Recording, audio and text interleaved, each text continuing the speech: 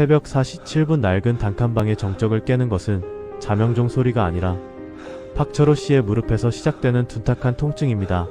그는 매일 아침 전장에서 입은 부상이 살아나 온몸을 갉아먹는 기분을 느낍니다. 굳어버린 관절을 억지로 펴며 일어나는 순간 방 안의 냉기는 마치 그를 다시 바닥으로 밀어내려는 듯 무겁게 내려앉습니다. 그는 더듬거리는 손길로 머리맡에 파스를 찾아 붙입니다. 코를 찌르는 강한 파스 냄새는 그에게 일종의 출정 신호입니다. 정글의 습기 대신 서울 변두리의 눅눅한 곰팡이 냄새가 그를 맞이하지만 그는 습관적으로 벽에 걸린 낡은 군복 야상을 집어듭니다. 이 옷을 입는 순간 그는 폐지를 줍는 노인이 아니라 다시 조국을 위해 임무를 수행하는 병사가 됩니다. 과거의 영광은 빛발했지만 그의 등골을 짓누르는 고통과 싸워야 하는 현재의 전투는 여전히 진행 중입니다. 그는 조용히 눈을 감고 지난밤 꾸었던 꿈을 회상합니다. 늘 그렇듯 꿈속의 자신은 20대 혈기왕성한 청년이었고 그의 손에는 M16 소총이 들려 있었습니다. 문을 열고 나서면 차가운 새벽 바람이 뺨을 때립니다.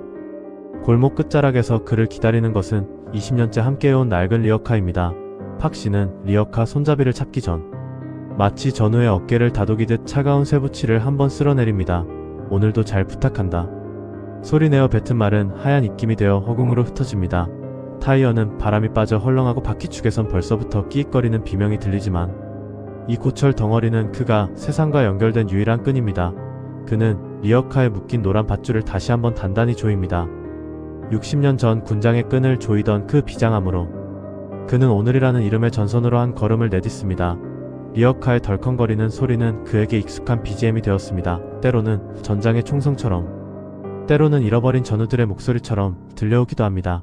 그의 얼굴에 어둠이 드리워지지만 그의 눈빛은 여전히 멀리 어딘가를 응시하고 있습니다. 마치 보이지 않는 목표를 향해 나아가는 전사처럼 말입니다. 편의점과 식당들이 영업을 마치고 내놓은 박스들은 박 씨에게 있어 지뢰가 가득한 정글 속의 식량 보급품과 같습니다. 그는 소리 없이 다가가 박스를 낚아챕니다. 다른 이보다 5분만 늦어도 이 소중한 전리품은 다른 경쟁자의 차지가 됩니다. 박 씨의 눈은 어둠 속에서도 형형하게 빛납니다.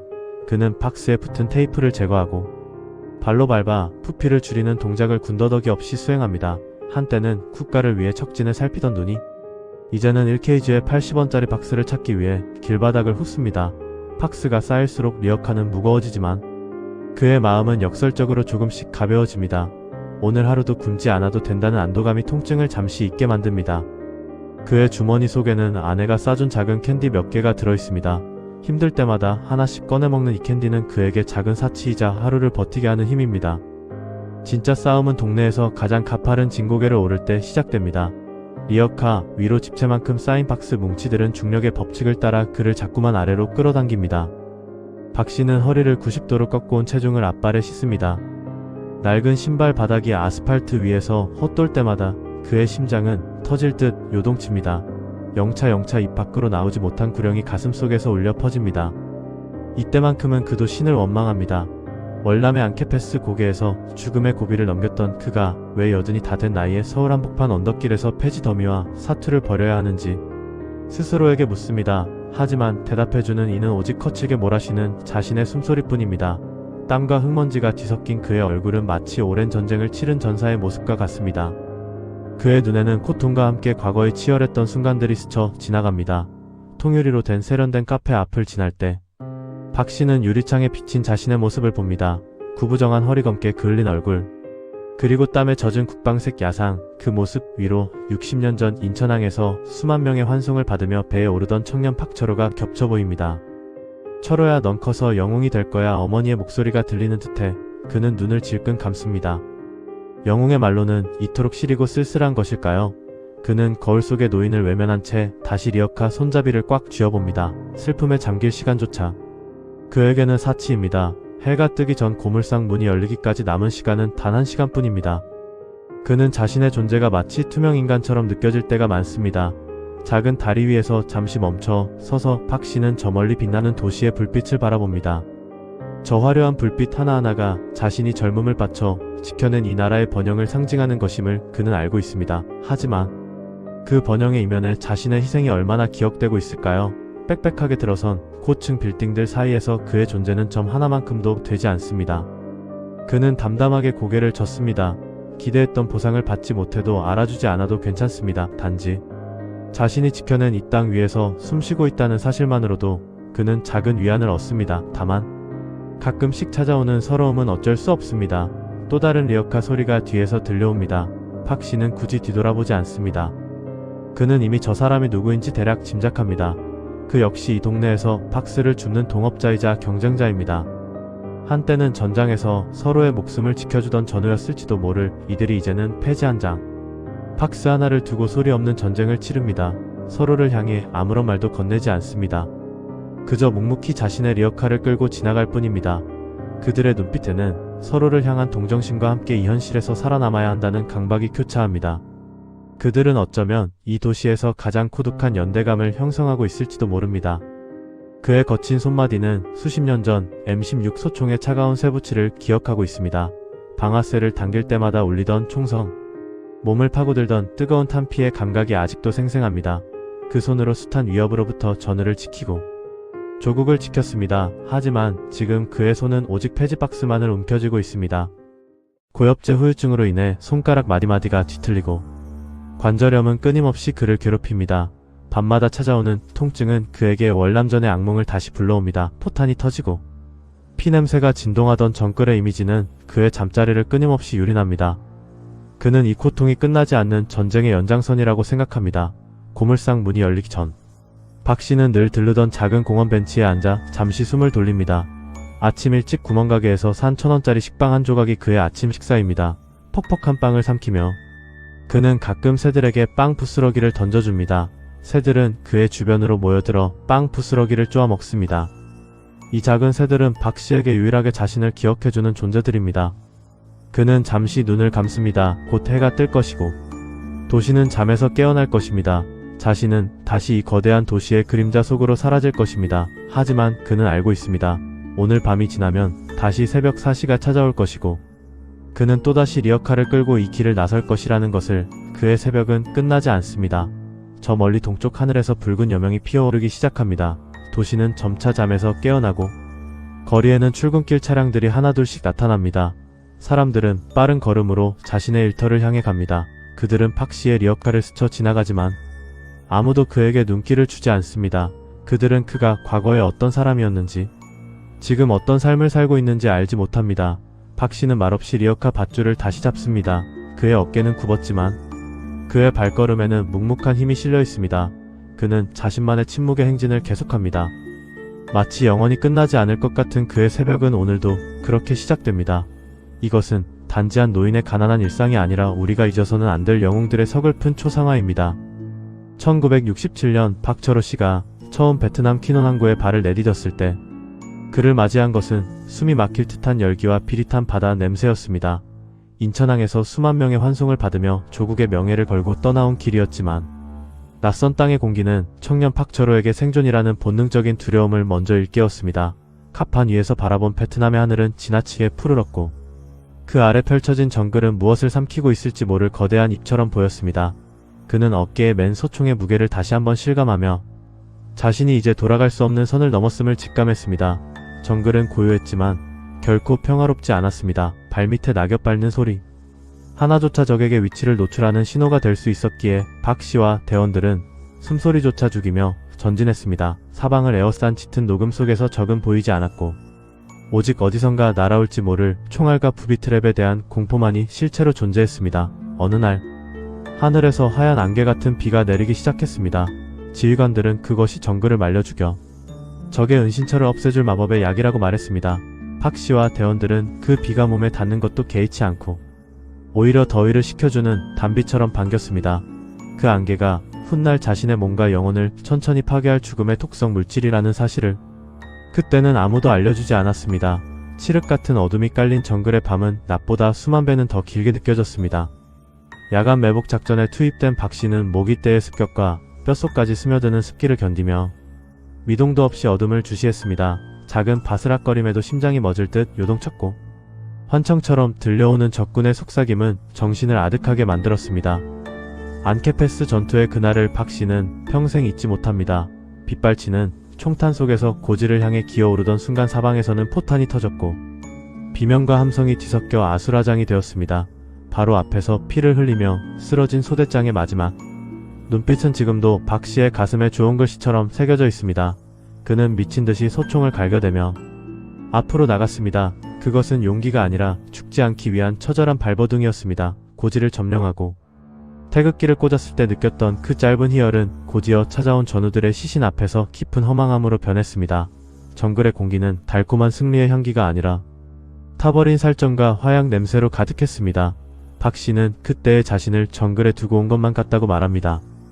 60년이 지난 지금도 눈을 감으면 들려오는 포탄 소리와 전우들의 비명은 그를 패지 죽는 노인이 아니라 다시 사선을 넘나드는 병사로 되돌려 놓습니다. 이것은 팍저로라는 한 남자의 가슴 속에 박힌 평생 빠지지 않는 파편의 기록입니다. 전쟁이 끝나고 고국으로 돌아온 박 씨를 맞이한 것은 화려한 카퍼레이드와 꽃다발이었습니다. 하지만 환호성이 잦아든 자리에 남은 것은 전쟁터의 기억보다 더 가혹한 현실의 벽이었습니다. 국가를 위해 젊음을 바쳤다는 자부심은 쌀통이 비어가는 소리 앞에서 힘없이 무너져 내렸습니다. 전쟁터에서 배운 소총, 술과 매복 기술은 빠르게 변해가는 산업화 사회에서 아무런 쓸모가 없었습니다. 그는 무궁훈장을 서랍 깊숙한 곳에 넣어두고 공사 현장과 공장을 전전하며 삶의 무게를 견뎌냈습니다. 40대에 접어들 무렵 잊고 지냈던 정글의 안개가 그의 몸속에서 다시 피어오르기 시작했습니다.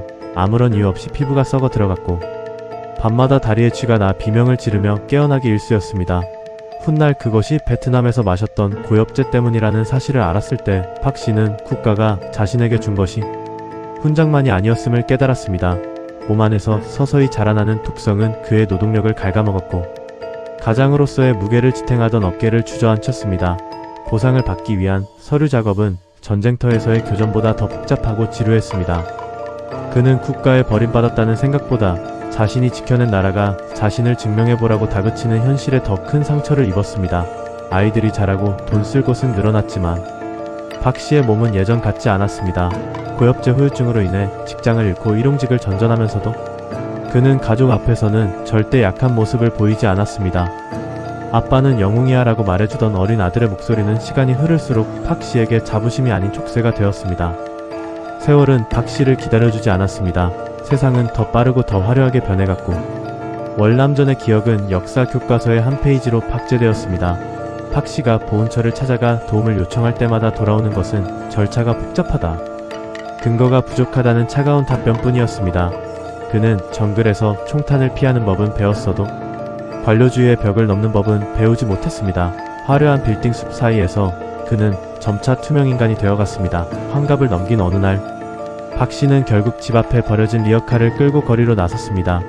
몸은 병들고 가진 것은 없었지만 그는 남에게 구걸하며 살고 싶지는 않았습니다. 처음 폐지를 줍기 시작했을 때 아는 사람을 만날까봐 모자를 푹 눌렀었지만 리어카를 끌고 언덕을 오르며 그는 묘한 해방감을 느꼈습니다.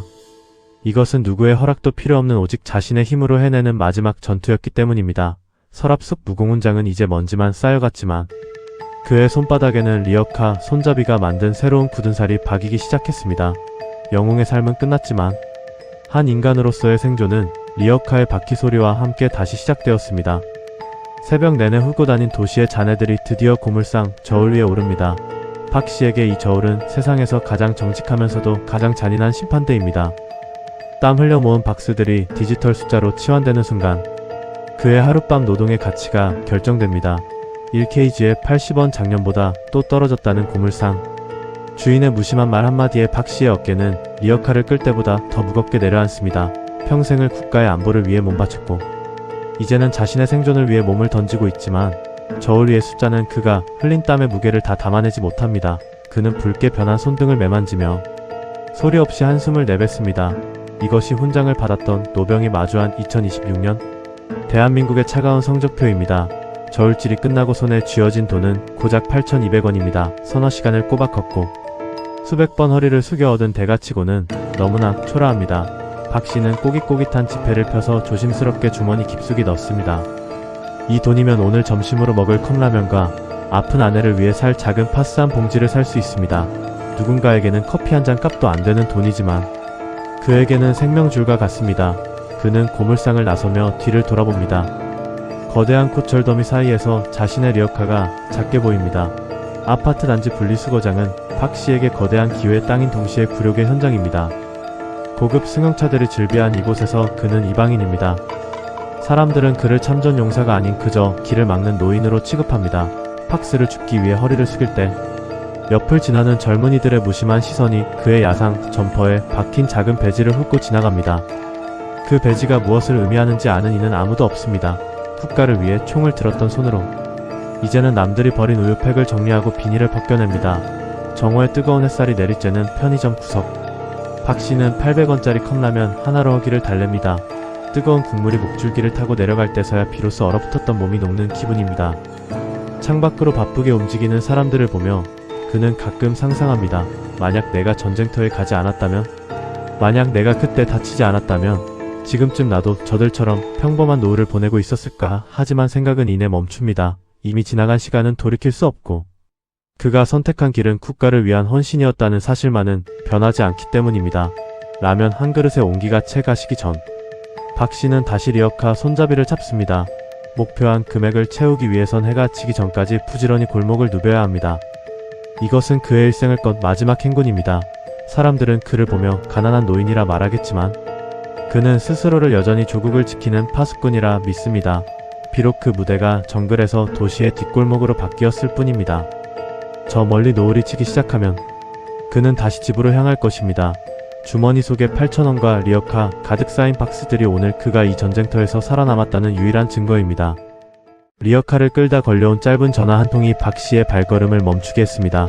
정글에서 수백 번의 총성을 함께 견뎠던 소대원 김일병이 차가운 단칸방에서 홀로 숨을 거둔 지 사흘 만에 발견되었다는 소식이었습니다. 달려간 장례식장은 이름만 장례식장일 뿐 상주도 통곡 소리도 없는 정막만이 가득했습니다. 무연고 사망자라는 네 글자가 김일병의 70년 인생을 정의하고 있었습니다. 박 씨는 주머니에서 폐지를 팔아모은 꼬깃꼬깃한 만원짜리 몇 장을 부조함 대신 재단 구석에 조용히 놓았습니다. 훈장을 받았던 용사의 마지막이 고작 흰 국화 몇 송이와 낡은 영정사진뿐이라는 사실에 박 씨의 가슴은 천갈래만 갈래로 찢어집니다. 정글에서 수백 번의 사선을 함께 넘었던 그들은 서로의 등을 맞대고 죽음을 피했던 혈맹이었지만 세월이라는 무정한 칼날은 그 연대를 가차없이 잘라내버렸습니다. 국가가 보상해주지 못한 가난은 전우들을 하나둘씩 골목 끝자락으로 밀어냈고 부끄러움에 서로 연락조차 하지 못한 채 각자의 정글에서 고립되어 갔습니다. 빈소를 지키는 사람은 박 씨뿐입니다. 그는 구부정했던 허리를 곧게 펴고 마지막으로 전우에게 거수 경례를 올립니다. 비록 예복도 의장대도 없는 초라한 작별이지만 그는 군인의 예우로 친구를 보내주고 싶었습니다. 손끝은 가늘게 떨리고 눈가에는 마르지 않은 눈물이 고였지만 그의 경례는 그 어떤 훈장보다 무겁고 고결했습니다. 장례식장을 나와 공원 벤치에 앉은 박 씨는 품속에서 때 묻은 수첩을 꺼냅니다. 한때는 50명이 넘는 전우의 연락처가 빼곡했던 수첩이었지만 이제는 빨간 줄이 그어지지 않은 이름이 손에 꼽을 정도입니다. 이 수첩은 대한민국 현대사의 피극적인 명부이자 잊혀진 영웅들의 공동묘지입니다. 장례식장을 나선 박 씨의 앞에는 다시 번쩍이는 도심의 방거리가 펼쳐집니다. 사람들은 여전히 바쁘고 세상은 전우의 죽음 따위에는 아무런 관심이 없습니다. 그는 다시 집으로 돌아가 내일 새벽에 끌고 나갈 리어카의 바퀴를 점검할 것입니다. 전우를 보낸 슬픔은 박스 한 뭉치를 더 주어야 하는 현실의 급박함에 다시 잠식되지만 죽음보다 무서운 것은 잊혀지는 것이라는 사실을 그는 누구보다 잘 알고 있습니다. 그는 고개를 숙이고 다시 어둠 속으로 걸어 들어갑니다. 노병의 행군은 아직 끝나지 않았습니다. 샤워를 하기 위해 옷을 벗을 때마다 박 씨는 거울 속에 비친 자신의 몸을 외면하고 싶어집니다. 가슴부터 등까지 번진 검붉은 반점들은 60년 전 베트남 하늘에서 내렸던 그 하얀 안개가 남긴 지독한 낙인입니다. 처음엔 그저 가려움 뿐이었지만 시간이 흐를수록 그것은 피부를 뚫고 나와 근육을 비틀고 뼈마디를 깎아내리는 괴물이 되었습니다. 세상은 전쟁이 이미 끝났다고 말하지만 그의 몸속에서는 여전히 소리 없는 포격전이 계속되고 있습니다. 세상이 고요해지는 밤이 되면 코통은 더욱 선명한 이빨을 드러냅니다.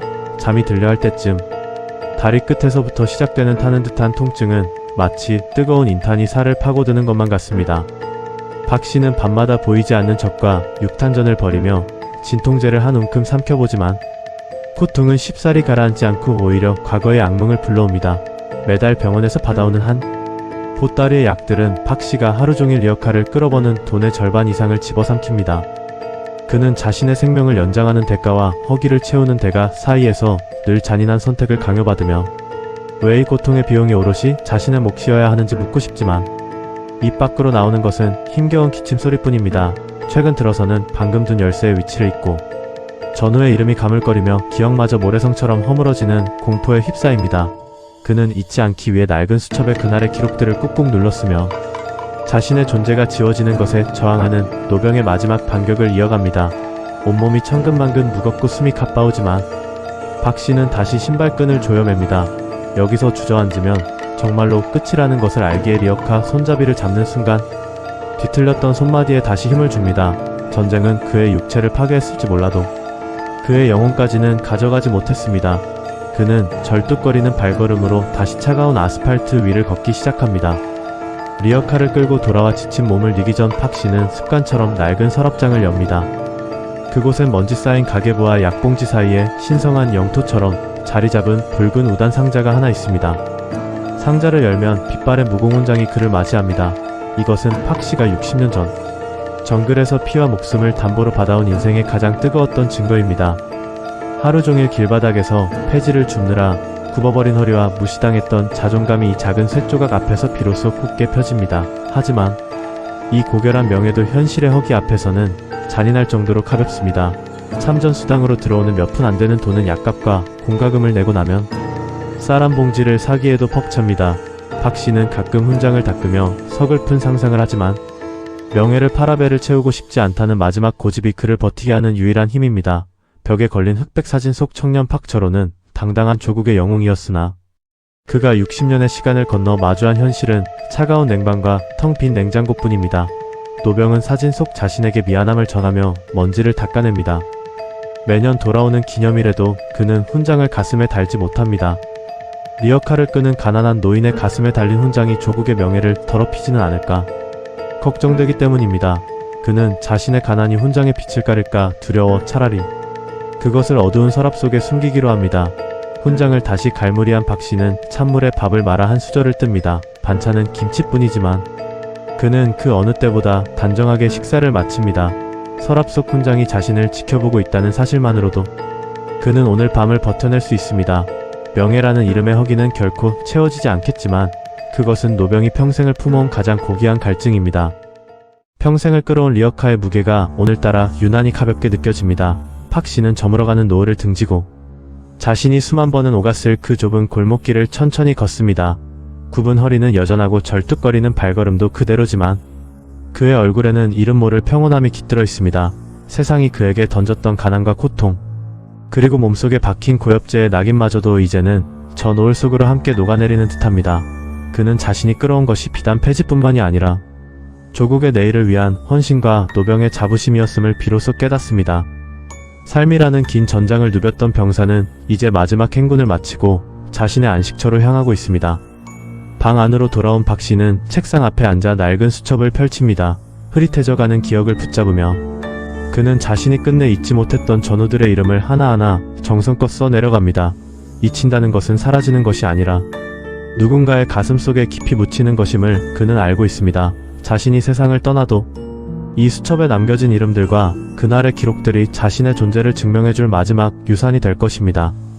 떨리는 손끝으로 새긴 이름 위로 노병의 마지막 진심이 내려앉습니다. 그는 이제야 비로소 국가가 자신을 잊었을지라도 자신 많은 동료들을 그리고 조국을 끝까지 사랑했노라고 당당히 말할 수 있게 되었습니다. 박씨는 평생의 자부심이었던 붉은 우단 상자가 다시 한번 어루만지고 조심스럽게 서랍을 닫습니다. 이제 더 이상 훈장이 가난에 가려질까 두려워하지도 자신의 고통을 알아주지 않는 세상에 서운해하지도 않기로 했습니다. 그는 자신이 바쳤던 청춘이 결코 헛되지 않았음을 저 멀리 정글에서 먼저 떠난 전우들이 미소로 답해주고 있음을 느낍니다. 서랍을 닫는 소리는 마치 한 시대를 풍미했던 영웅의 장엄한 퇴장 소리와도 같습니다. 그는 이제 낡은 군복을 벗고 평범한 할아버지의 모습으로 돌아와 가장 편안한 잠자리에 들 준비를 합니다. 그의 마음은 그 어느 때보다 가볍고 평화롭습니다. 깊어가는 밤 창밖으로 쏟아지는 별빛을 바라보며 박씨는 나직한 기도를 올립니다. 자신의 고통이 다음 세대에게는 대물림되지 않기를, 이 땅에 다시는 포성소리가 울려 퍼지지 않기를 빌어봅니다.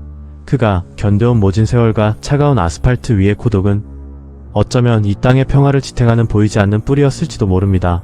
별들은 그가 흘린 눈물만큼이나 밝게 빛나며 노병의 고단한 영혼을 위로합니다. 전쟁은 끝났고 고통도 이제 잦아듭니다. 그는 이제야 비로소 무거운 짐을 내려놓고 별이 된 전우들이 기다리는 그 평화로운 들판으로 떠날 준비가 되었습니다. 다음날 아침 창가를 타고 들어온 따스한 햇살이 노병의 얼굴을 비춥니다. 박 씨는 가장 평온한 표정으로 영원한 안식에 들었습니다. 그의 머리맡에는 평생을 지켜온 훈장과 전우들의 이름이 적힌 수첩이 놓여 있습니다. 그는 더 이상 절뚝거리지도 기침하지도 않을 것입니다. 이제 그는 그리웠던 전우들과 함께 푸른 정글이 아닌 아름다운 꽃밭을 거닐며 조국의 번영을 지켜볼 것입니다. 세상은 그를 가난한 노인으로 기억할지 몰라도 역사는 그를 진정한 영웅으로 기록할 것입니다. 전쟁은 그의 육체를 핥히었으나 그의 영혼은 끝내 승리했습니다. 이제 편히 쉬십시오, 조국의 위대한 아들이여. 노병이 떠난 빈자리에는 그가 평생을 지켜온 고결한 침묵만이 남아있습니다. 하지만 그가 닫아두었던 서랍이 열리는 순간 그곳에 숨겨져 있던 영광이 비로소 세상 밖으로 눈부신 빛을 뿜어냅니다. 먼지 쌓인 가계부와 약봉지 사이에 소중히 간직되었던 무공훈장은 이제 더 이상 숨겨야 할 부끄러움이 아닌 이 나라가 기억해야 할 가장 찬란한 유산으로 다시 태어납니다. 젊은 장교는 그 작은 상자 앞에 서서 노병이 홀로 감내했을 세월의 무게를 가슴 깊이 새기며 거수 경례를 올립니다. 이제 그의 명예는 어두운 서랍 속이 아닌 조국의 역사라는 가장 밝은 곳으로 자리를 옮깁니다. 폐지가 쌓여있던 낡은 리어카 위에는 이제 차가운 고철 대신 따뜻한 감사의 꽃송이들이 놓였습니다. 그를 그저 가난한 노인으로만 알았던 이웃들은 뒤늦게 전해진 영웅의 소식에 숙연한 마음으로 고개를 숙입니다. 그가 매일같이 오가던 좁은 골목길은 이제 고단한 노동의 현장이 아니라 한 영웅이 묵묵히 걸어갔던 고귀한 삶의 행로로 기억될 것입니다. 사람들은 비로소 깨닫습니다. 자신들이 누리는 평화로운 일상이 사실은 저 낡은 리어카를 끌던 노병의 구분 등 위에서 피어난 것임을 말입니다. 리어카의 피나얀 꽃들은 노병이 세상에 남긴 마지막 미소처럼 환하게 빛납니다. 장례식장 한편 흑백 사진 속의 청년 박철호는 이제야 비로소 가슴에 훈장을 달았습니다. 60년 전 정글에서 약속받았던 그 영광이 세월을 돌아 노병의 영정 앞에 당당히 놓인 것입니다. 사진 속 청년은 여전히 늠름한 모습으로 오늘날의 우리를 바라보며 마치 이제는 괜찮다는 듯 평온한 미소를 짓고 있습니다. 그는 가난의 명예가 가려질까 두려워했지만 조국은 그의 삶 자체가 곧 명예였음을 뒤늦게나마 고백합니다. 노병의 낡은 군복 위에 새겨진 주름들은 이제 훈장보다 더 빛나는 훈장이 되어 사람들의 가슴 속에 깊이 각인됩니다. 영웅은 사라지는 것이 아니라 우리 곁에 평범한 모습으로 영원히 살아 숨쉬고 있었습니다. 노병이 남긴 낡은 수첩과 그 속에 담긴 전우들의 이름은 이제 젊은 장병들의 손에 전달됩니다. 그가 끝까지 지키고자 했던 명예의 불꽃은 이제 식지 않는 열정이 되어 다음 세대의 가슴으로 옮겨붙습니다. 조국을 위해 청춘을 바쳤던 노병의 이야기는 교과서 속에 박제된 역사가 아니라 오늘을 살아가는 우리들의 살아있는 이정표가 됩니다. 젊은 군인들은 노병의 수첩을 넘기며 그가 사랑했던 이 땅과 그가 지켜낸 가치를 결코 잊지 않겠노라 맹세합니다. 영웅은 죽지 않습니다. 다만 그 이름이 남겨진 이들의 기억 속에서 더 크게 울려 퍼질 뿐입니다. 노병의 마지막 저항은 결국 승리했고 그의 갈증은 후대들의 존경이라는 샘물로 가득 채워집니다. 이제 노병 박철호는 무거운 리어카도 고통스러운 고엽제의 통증도 없는 영원한 평화의 숲으로 마지막 행군을 떠납니다. 그곳엔 그가 그토록 그리워했던 전우들이 전고 건강한 모습으로 그를 기다리고 있습니다. 수고했다, 철호야. 정말 고생 많았다. 전우들의 따뜻한 환대 속에 그는 비로소 60년 만에 가장 크게 웃어 보입니다. 조국은 이제 그를 잊지 않을 것이며 그가 흘린 눈물과 땀방울은 이 땅의 걸음이 되어 영원히 푸른 숲으로 자라날 것입니다. 슬픔은 커지고 영광만이 남았습니다. 이제 모든 짐을 내려놓고 저 빛나는 영원의 들판에서 영원한 안식을 누리소서. 당신은 조국이 기억할 영원한 영웅입니다.